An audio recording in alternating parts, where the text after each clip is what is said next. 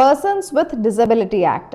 Now persons with disability act అంటే వికలాంగులకి protection persons with disability act under ఉంటుంది. అదే కాకుండా వాళ్ళ సిటిజన్స్ కాబట్టి వాళ్ళకి ఆటోమేటిక్గా ప్రొటెక్షన్ ఫండమెంటల్ రైట్స్ త్రూ ఉంటుంది. Supreme court has given directions to all the states and union territories that footpaths ఏవైతే ఉన్నాయో డిజేబుల్డ్ పీపుల్ ఫ్రెండ్లీ అని అంటే వాళ్ళు వాక్ చేయడానికి కానీ వాళ్ళు ఏదన్నా వాళ్ళు ఈజీగా ఒక వే నుంచి ఇంకొక వేకి అంటే పాస్ చేయడానికి కానీ ఒక సైడ్ నుంచి ఇంకో సైడ్కి వాళ్ళు ట్రావెల్ చేయడానికి కానీ వాళ్ళు ఫుట్పాత్ ఫ్రెండ్లీగా ఉండాలి.